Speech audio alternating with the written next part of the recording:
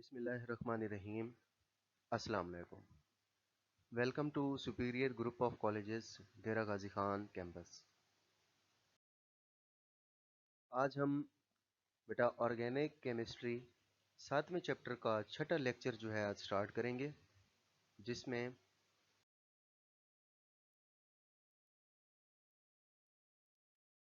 हाँ जी, तो हमने देखनी है कि हाइब्रिडाइजेशन के लिए कौन सी कंडीशंस रिक्वायर हैं।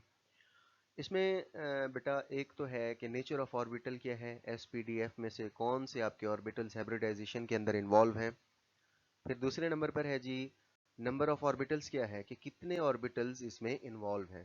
देखिए, बॉन्ड बनाने के लिए कम से कम दो ऑर्बिटल्स का होना ज़रूरी है। दो ऑर्बिटल्स होंगे तभी वो ओवरलैप शो करेंगे और तभी जो है वो बॉन्ड बनाएंगे।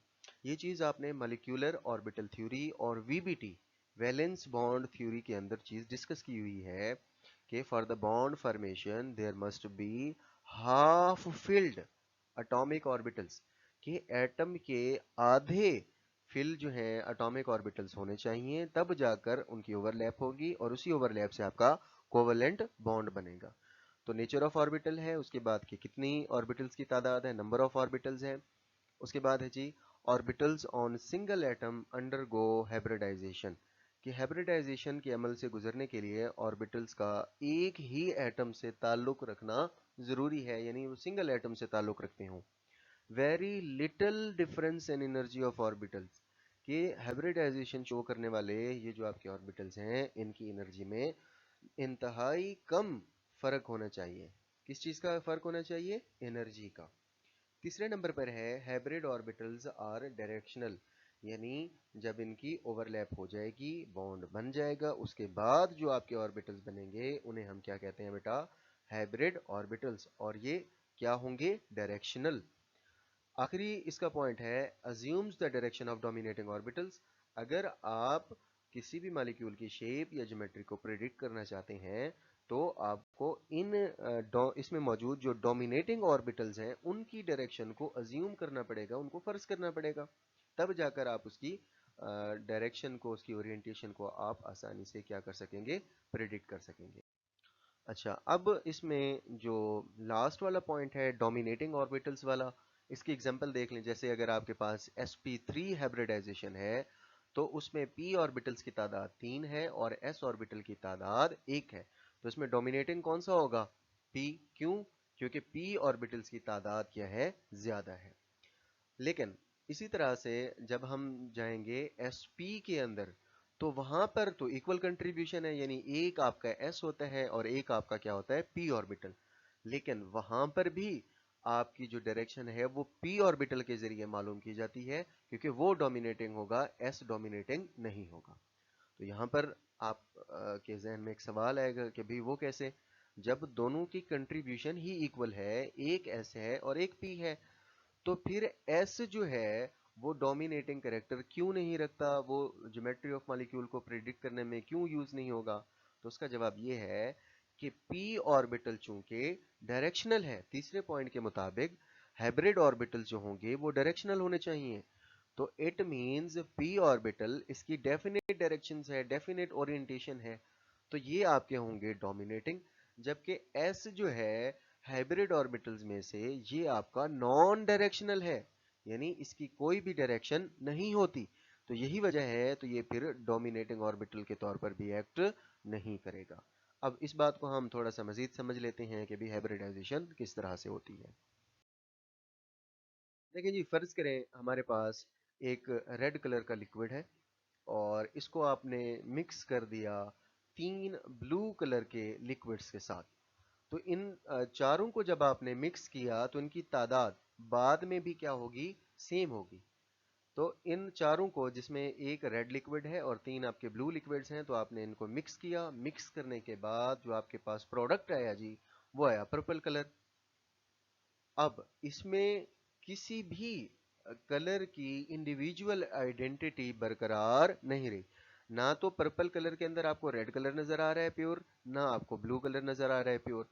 तो इसका क्या मतलब हुआ, इसका मतलब ये हुआ कि जब डिफरेंट आपके ऑर्बिटल्स, इन्हीं कलर्स की जगह आप ऑर्बिटल्स को कंसीडर करें, यानी जो रेड वाला था आप इसको s ऑर्बिटल कंसीडर करें, और जो 3 ब्लू वाले हैं इनको आप p ऑर्बिटल्स कंसीडर करें।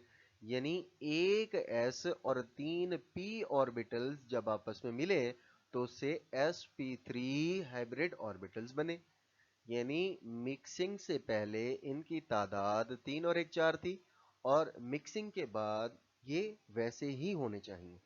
तो अगर आप इसी हाइब्रिड ऑर्बिटल्स जो कि आपको पर्पल कलर के लिक्विड की फॉर्म में नजर आ रहा है, तो आप इसको 4 एक जैसे साइज की बोतलों के अंदर आप ऐड करेंगे तो आपके पास 4 एक जैसे कलर वाले बराबर साइज वाले ऑर्बिटल्स जो हैं, या आपको कलर्ड बॉटल्स जो हैं वो आपको हासिल होंगी।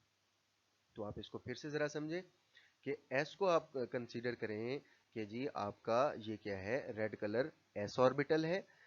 3 ब्लू वाले जो हैं ये आपके p ऑर्बिटल्स हैं, तो एक s और 3 p मिलकर sp3 हाइब्रिडाइज्ड ऑर्बिटल्स बनाएंगे, और इसी से 4 एक जैसे sp3 हाइब्रिडाइज्ड ऑर्बिटल्स आपको हासिल होंगे।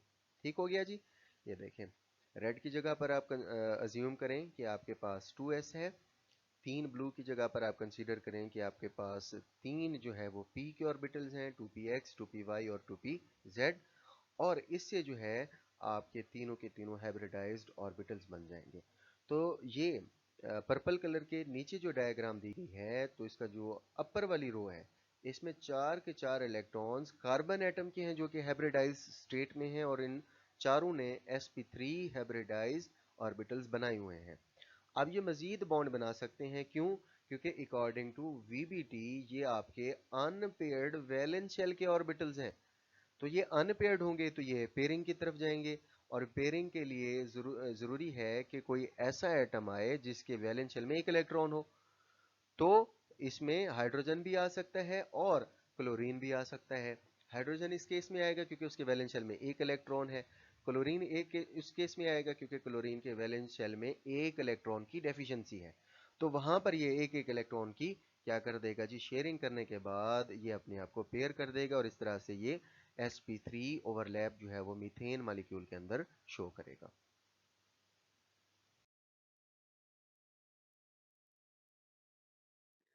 हाइब्रिडाइजेशन, अच्छा जी, अब देखते हैं ये डेफिनेशन ऑलरेडी आपकी फेमिलियर है, आपकी पढ़ी हुई है। The process in which different atomic orbitals, कि ऐसा अमल जिसमें मुख्तलिफ किस्म के एटम के orbital with different shape and energy, कि उनकी शेप भी मुख्तलिफ होती है और एनर्जी भी मुख्तलिफ होगी। किसके ऑर्बिटल होंगे भला? एटम के।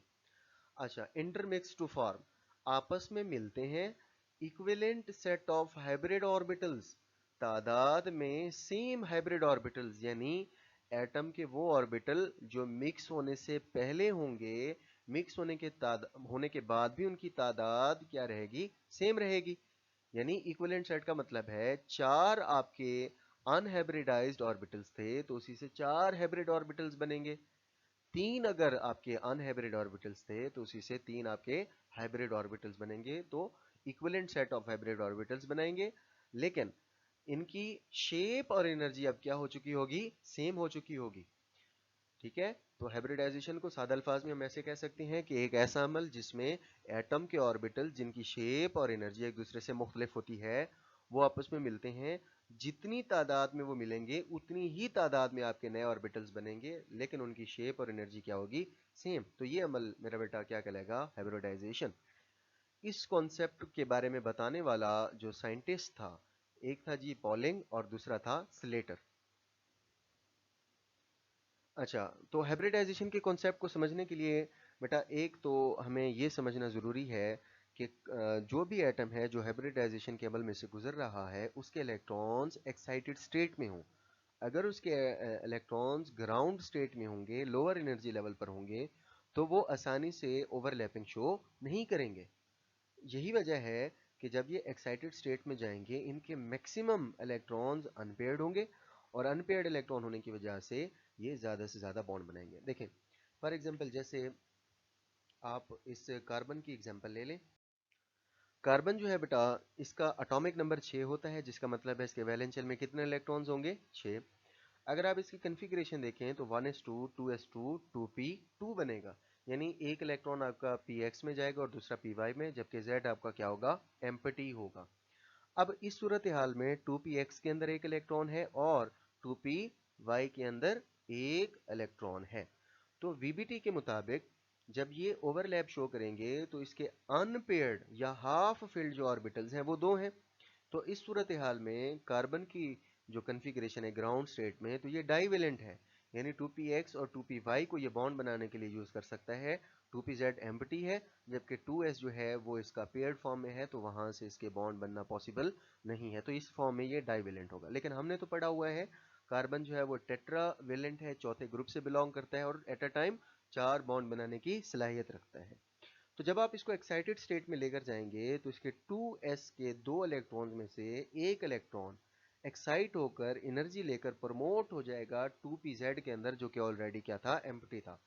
अब इस सूरत हाल में दो और अनपेयर्ड इलेक्ट्रॉन्स रखने वाले आपके दो ऑर्बिटल्स बढ़ गए, तो इस तरह से आपके 4 अनहाइब्रिडाइज्ड ऑर्बिटल्स होंगे और यही जो हाइब्रिडाइजेशन शो करके मजीद 4 बॉन्ड बनाने की गुंजाइश पैदा कर देंगे। अच्छा जी, तो सबसे पहले ग्राउंड स्टेट में इसकी कन्फिग्रेशन देख लें। ये कलर्ड फॉर्म में आपको दिखाया गया है कि कार्बन 6 जो है 1s2 2s2 2px1 2py1 और 2pz इसका क्या है जी, एम्प्टी है। अब इस सूरत हाल में 2p के अंदर दो अनपेयर्ड इलेक्ट्रॉन्स है, तो ये क्या होगा जी, डाइवेलेंट, यानी दो बॉन्ड्स बनाएगा। जबकि अगर आप एक्साइटेड स्टेट में इसकी कन्फिग्रेशन देखें तो 2s में से जो ब्लू कलर वाला इलेक्ट्रॉन है ये एक प्रमोट होकर 2pz आखिरी वाले ऑर्बिटल के अंदर चला जाएगा और इस तरह से टोटल आपके p के अंदर 3 और s के अंदर एक इलेक्ट्रॉन जो है वो अनपेयर्ड रह जाएगा और इस तरह से एक s और 3p मिलकर क्या करेंगे जी, sp3 हाइब्रिडाइजेशन शो करेंगे और इस तरह से आपका कार्बन जो है वो टेट्रा वेलेंट बन जाएगा, यानी वो 4 बॉन्ड बनाने की सलाहियत पैदा कर लेगा। The excited state configuration can explain the tetravalency of carbon. जो एक्साइटेड स्टेट है, अभी जो बात बताई ये वही बात आपको दोबारा बताई जा रही है कि एक्साइटेड स्टेट जो है कार्बन की वो इसकी टेट्रावेलेंसी को क्या कर सकती है, एक्सप्लेन कर सकती है। अगर ये टेट्रावेलेंसी नहीं हो, इक्विवेलेंट नहीं होंगे तो आप 4 बॉन्ड भी नहीं बना सकेंगे। ऑर्बिटल हाइब्रिडाइजेशन थ्योरी जो है इसको डेवलप किया गया था कार्बन की टेट्रावेलेंसी को एक्सप्लेन करने के लिए। According to this theory, 4 atomic orbitals of carbon belonging to valence shell, valence shell से ताल्लुक रखने वाले कार्बन एटम के 4 एटॉमिक ऑर्बिटल्स शेल में भी मिक्स्ड, ये आपस में मिक्स होंगे इन डिफरेंट वेज, मुख्तलिफ तरीकों से, to explain the bonding and shapes of molecules, कि ये बॉन्डिंग और शेप ऑफ मॉलिक्यूल को जो कि कार्बन एटम बनाएगा उसको एक्सप्लेन कर सकें।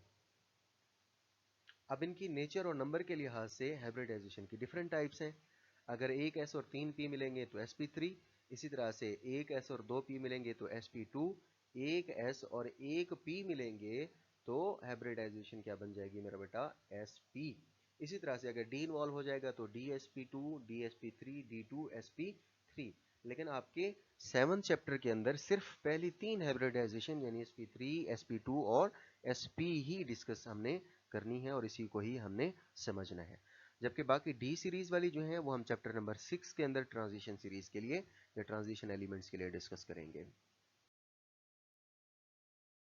sp3 hybridization, अगर आप in order to explain the bonding and shapes of molecule in which carbon is attached with 4 atoms, कि कार्बन जिन 4 एटम्स के साथ अटैच है तो उसके साथ कार्बन की बॉन्डिंग कैसी है और इसकी शेप्स क्या है मॉलिक्यूल की, तो all these 4 atomic orbitals are mixed together, तो ये चारों के चारों एक s और 3p आपस में मिल जाएंगे और 4 इक्विवेलेंट हाइब्रिड ऑर्बिटल्स बनाएंगे जिनकी शेप और एनर्जी क्या होगी, सेम। तो ये हाइब्रिडाइजेशन टेट्राहेड्रल या sp3 हाइब्रिडाइजेशन कहलाएगी। अब इन चारों sp3 हाइब्रिड ऑर्बिटल्स जो हैं ये सारे डीजेनरेट कहलाएंगे। आपने ऑलरेडी पढ़ा हुआ है, degenerate orbitals are the orbitals which have same energy और इक्वल एनर्जी। अब ये डायरेक्टेड होते हैं, इनमें एंगल होता है बेटा 109.5 डिग्री का इन स्पेस, यानी 3D के अंदर, 3 डायमेंशंस के अंदर 109.5 का एंगल होगा और इसकी जो ज्योमेट्री होगी वो टेट्राहेड्रल होगी, यानी इसमें 4 कोने होंगे। When a carbon atom forms single bond with all other atoms, these hybrid orbitals overlap with the orbitals of these atoms to form 4 sigma bonds. अगर बेटा आपका कार्बन एटम जो है वो 4 बॉन्ड बना रहा है, तो इट मींस वो चारों के चारों सिंगल बॉन्ड जो हैं वो क्या कहलाएंगे? Sigma bonds. This type of hybridisation explains the bonding and shapes of all those compounds in which carbon atom is saturated. कि ये जो आपकी sp3 हाइब्रिडाइजेशन है ये उन मॉलिक्यूल की बॉन्डिंग और शेप को एक्सप्लेन करती है जिसमें कार्बन एटम जो है बेटा सैचुरेटेड है, यानी सैरशुदा है, यानी उसने अपने चारों के चारों इलेक्ट्रॉन्स को बॉन्डिंग पर्पस के लिए इस्तेमाल किया हुआ है।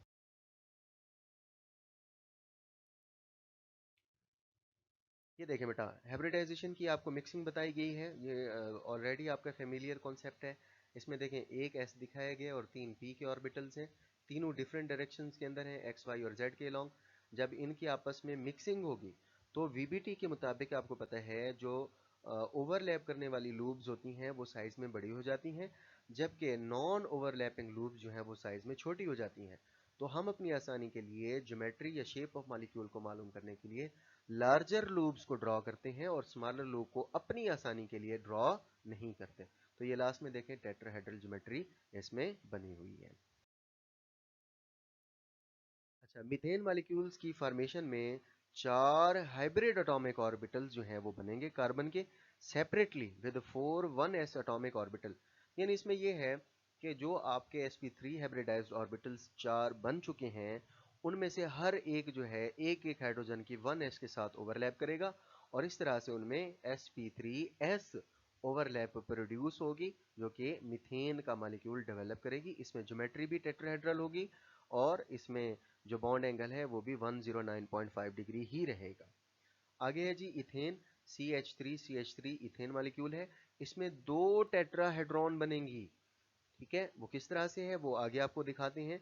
तो ये जो 4 बनेंगे बेटा, इसमें आपको शेप्स जो है वो आखिर में हम दिखा देते हैं कि एक साइड पर टेट्राहेड्रॉन होगी, दूसरी साइड पर भी टेट्राहेड्रॉन होगी और वो आपस में मिलकर क्या बना देंगे? Tetrahedral geometry. अब यहाँ पर एक सवाल पैदा होता है कि आखिर वो एनर्जी कहाँ से आती है जो कार्बन की ग्राउंड स्टेट या किसी भी एटम के ग्राउंड स्टेट में मौजूद इलेक्ट्रॉन्स को एक्साइटेड स्टेट में ले जाते हैं। तो इस सवाल का सीधा सा सिंपल सा जवाब ये है कि before excitation the carbon should make 2 covalent bond. जैसे हमने पढ़ा ग्राउंड स्टेट के अंदर कार्बन जो है वो डाइवेलेंट है तो वो 2 बॉन्ड बनाएगा। जब वो ये 2 बॉन्ड बना रहा होगा तो इसमें एडिक्वेट यानी सफिशिएंट अमाउंट, काफी ज्यादा अमाउंट ऑफ एनर्जी जो है वो रिलीज होगी। आफ्टर एक्साइटेशन के बाद however it will form the 4 covalent bond. अब ये जो है एक्साइटेशन से पहले 2 बॉन्ड बना रहा है लेकिन एक्साइटेशन के बाद 4 बॉन्ड बनाएगा और इसमें डबल अमाउंट ऑफ एनर्जी जो है वो रिलीज होगी। अब ये जो एक्सेस अमाउंट ऑफ एनर्जी है, ये जो रिलीज हो रही है, यही वो एनर्जी है जो कि रिस्पॉन्सिबल होती है कार्बन के 2s में से इलेक्ट्रॉन्स को 2pz के अंदर प्रमोट करने के लिए ताकि उसके पेयर्ड इलेक्ट्रॉन क्या हो जाए? अनपेयर्ड। अब इसका रेफरेंस है एक साइंटिस्ट है मैथ्यू की लिखी हुई बुक है और उसने कहा कि energy needed to unpair 2s electrons, के जो आपका कार्बन है इसके 2s में जो 2 इलेक्ट्रॉन्स हैं उनको अनपेयर करने के लिए, अलग-अलग करने के लिए जो एनर्जी है electron during the bond formation is the amount of energy which is released. कि वो एनर्जी जो अनपेयर करने के लिए इलेक्ट्रॉन्स को 2s में से जब C और H यानी कार्बन और हाइड्रोजन के दरमियान बॉन्ड बन रहा होगा उस एनर्जी की मिकदार लगभग 1700 किलो जूल पर मोल है। तो ये इनफ अमाउंट ऑफ एनर्जी है और इसी में से कुछ सम ऑफ दिस एनर्जी जो है वो यूज होगी to unpair the 2s electrons और इस तरह से वो डाइवेलेंट से क्या बन जाता है बेटा? टेट्रावेलेंट। देखें इसमें लेफ्ट साइड पर आपको मीथेन का मॉलिक्यूल दिखाया गया है, टेट्राहेड्रल ज्योमेट्री है, 109.5 का एंगल है और 4 हाइड्रोजन इसमें कार्बन के साथ अटैच है। इसी तरह से ये देखें बेटा सेंटर में राइट साइड पर कार्बन का कार्बन के साथ देखें टेट्राहेड्रॉन में 4 आपके ऑर्बिटल्स होते हैं। तो कार्बन के 3-3 ऑर्बिटल्स उनकी लेफ्ट और राइट साइड पर मौजूद हैं, जबकि उनके जो हेड वाले ऑर्बिटल्स हैं वो सेंटर के अंदर एक दूसरे के साथ और ओवरलैपिंग शो कर रहे हैं। तो इस तरह से बेटा लेफ्ट साइड से 3 हाइड्रोजन और एक कार्बन की टेट्राहेड्रॉन बनेगी, और इसी तरह से राइट साइड से भी 3 हाइड्रोजन वाले ऑर्बिटल्स और सेंटर वाले ऑर्बिटल की 2 टेट्राहेड्रॉन्स बनेंगी, और इस तरह से आपका मीथेन का मॉलिक्यूल प्रोड्यूस होगा। अगर सिग्मा बॉन्ड्स की बात की जाए तो मीथेन के अंदर बेटा 4 दफा लीनियर ओवरलैप हो रही है, तो इसमें 4 सिग्मा बॉन्ड्स होंगे। जबकि इथेन के अंदर बेटा 3 हाइड्रोजन यानी 6 हाइड्रोजन, जबकि एक जो है कार्बन का, कार्बन के साथ लीनियर ओवरलैप है, तो इस तरह से टोटल 7 आपके इसमें बेटा क्या बनेंगे, सिग्मा बॉन्ड्स। अच्छा जी, लास्ट में इससे रिलेटेड एक्टिविटी है, the type of hybridization of carbon in ethane. अभी पढ़ा हमने, इथेन के अंदर जो हाइब्रिडाइजेशन पाई जाती है वो sp3 होती है। सेकंड एमसीक्यू है बेटा, बॉन्ड एंगल जो है sp3 हाइब्रिड ऑर्बिटल्स के दरमियान कितना होता है? बी ऑप्शन है बेटा 109.5 डिग्रीज। अच्छा जी, तो इसी टॉपिक से रिलेटेड कुछ शॉर्ट क्वेश्चंस हैं। पहले है जी, what is meant by hybridisation, give the structure of ethane. कि भाई हाइब्रिडाइजेशन के बारे में आप क्या जानते हैं, यानी इसमें आप इसको डिफाइन करेंगे हाइब्रिडाइजेशन को, और बताएंगे कि भी इथेन का स्ट्रक्चर किस तरह से बनता है। अभी हमने इसको डिस्कस कर लिया है कि भी इथेन का स्ट्रक्चर किस तरह से बनता है। इसी तरह से सेकंड नंबर पर है, draw the shapes of methane by using hybridization approach. यानी हाइब्रिडाइजेशन अप्रोच को यूज करते हुए मीथेन मॉलिक्यूल की स्ट्रक्चर को या शेप को आपने क्या करना है, ड्रॉ। तो ये बेटा लास्ट वाले पेज पर हमने इसको डिस्कस किया हुआ है, इसको आप देख लें और पढ़ लें। इसमें आपने टेट्राहेड्रॉन बनानी है, 109.5 डिग्री का एंगल बनाना है, और 4 हाइड्रोजन एक कार्बन के 4 ऑर्बिटल्स के साथ sp3 हाइब्रिडाइज फॉर्म में शो करने हैं। मुझे उम्मीद है कि आपको आज का लेक्चर जो है वो मौसर तरीके से समझ आया होगा, लेकिन फिर भी अगर आपकी कोई कन्फ्यूजन है, आपका कोई सवाल है, आपका कोई क्वेश्चन है, तो आप कमेंट सेक्शन के अंदर अपना क्वेश्चन जो है वो ड्रॉप कर दें, आपको उसका आंसर जो है वो जल्द अज जल्द मिल जाएगा। ठीक है बेटा, ओके, अल्लाह हाफिज़।